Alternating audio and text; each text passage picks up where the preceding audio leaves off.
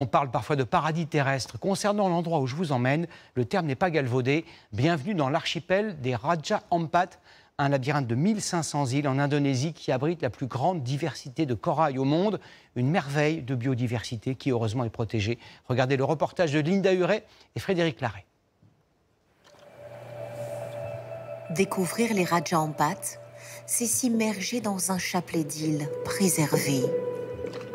En Papouasie occidentale, au cœur du triangle de corail, les Raja Ampat sont considérés comme un paradis pour les plongeurs. Et ce ne sont pas Doug et Laurie qui nous diront le contraire. Ils viennent du Colorado et c'est leur 4e voyage ici. Je pense qu'ici, c'est de loin le meilleur.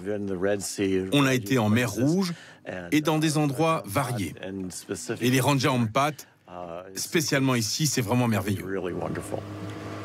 Départ pour l'île de Crie, l'une des centaines d'îles de l'archipel, réputée pour ses jardins de coraux.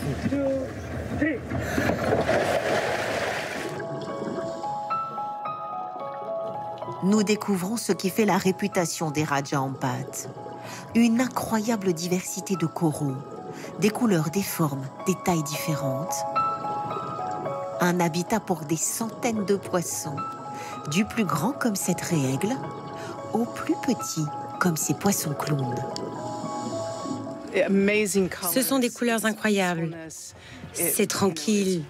Des couleurs magnifiques. C'est merveilleux.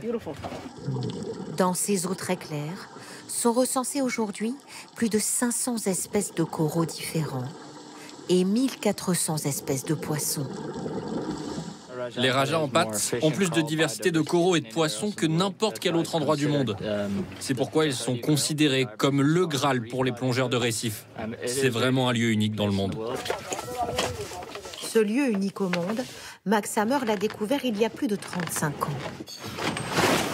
Il a créé le premier club de plongée de cet archipel, dont la géographie particulière explique l'extraordinaire richesse sous-marine.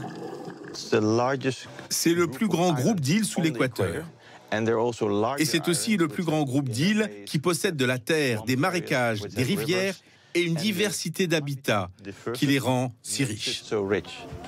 Pour se rendre compte de l'exceptionnelle biodiversité des Raja Ampat, un nombre 374 espèces de poissons identifiées ici à Cap Crie en une seule plongée. Et c'est encore aujourd'hui un record du monde. Même s'il est en bonne santé, le corail reste pourtant fragile, surtout près des zones habitées. On va juste sur la zone de restauration. Arnaud Brival est un Français qui s'est installé au Raja Ampat. Il a créé une association pour restaurer les fonds marins, notamment de la grande île de Mansuar. Toute la partie peu profonde a été dégradée, et notamment durant la construction du village, et notamment à cause de pratiques de pêche passées. Cette zone peu profonde menace la zone profonde qui, elle, est encore en très bonne santé. L'association récupère d'abord ces fragments de coraux vivants pour pouvoir ensuite les replanter.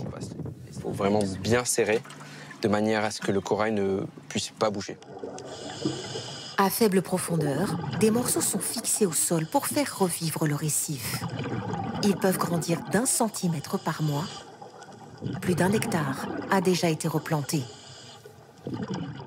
Étant donné qu'il y a très fort courant, les coraux ont été très entraînés en fait, ici, à pouvoir résister à de très fortes variations de température. Des coraux particulièrement forts et une population de plus en plus sensibilisée à leur protection.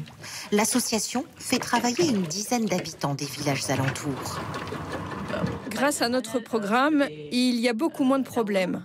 Des enfants qui marchaient sur les coraux ou qui pêchaient ont pris conscience de l'impact que cela pouvait avoir grâce à nos activités de restauration. Et depuis 15 ans, plusieurs aires marines protégées ont aussi été créées. S'y ajoutent des zones où la pêche est restreinte.